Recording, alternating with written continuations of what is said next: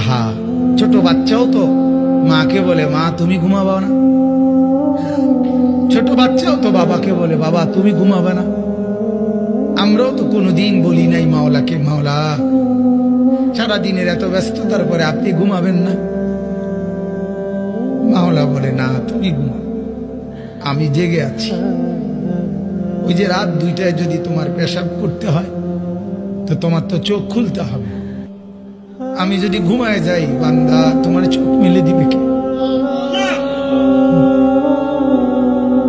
তুমি যে 3টা বাজে বলে রাখছো যে গাড়িতে 3টায় রওনা দিয়া সকাল 7টার ফ্লাইট ধরবা ঢাকাতে গিয়া, এখন আমি যদি ঘুমায় থাকি তাইলে রাত 3টা বাজে তোমার চোখ খুলে দেবে কে?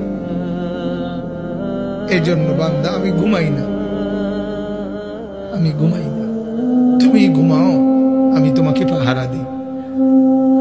আলাম ইয়ালাম বিআন্নাল্লাহা ইয়ারা, আল্লাহ বলে বান্দা জানো আমি সারাক্ষণ তোমাকে চেয়ে থাকি, কখন জানি আমার বান্দার কি লাগে। আল্লাহ বলেন তুমি ঘুমাও, তোমার ক্ষেত তোমার ঘরের একটা বদনা পর্যন্ত ঘরের ভিতরে, তোমার ঘরের একটা নুনের বাটি পর্যন্ত ঘরের ভিতরে, এত বড় বিশাল ক্ষেত ফসল লাগায়া রেখে আসলা, কই ওয়াল কই, দরজা কই, জানালা কই, উপরে ছাদও নাই, বেড়াও নাই, কিচ্ছু নাই, কারে দিয়া গেলা? আল্লাহ বলেন ঠিক আছে বান্দা তুমি দরজা বন্ধ করে ঘুমাও, আমি তোমার ক্ষেত পাহারা দিচ্ছি। আমি সময় মতো কুয়াশা ফেলবো, সময় মতো বৃষ্টি দেব, সময় মতো জমিনকে চালনির মতো ছিদ্র করব।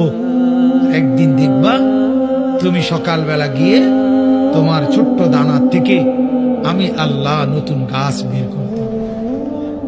কয়দিন পরে দেখবা সবুজ গাছ বড় হয়ে গেছে, এর কয়দিন পরে দেখবা হলুদ হইয়া পাইকা গেছে, এর কয়দিন পরে কাইটা ঘরে নিয়ে আসবা, আর তোমার ঘরে তখন আনন্দ, নতুন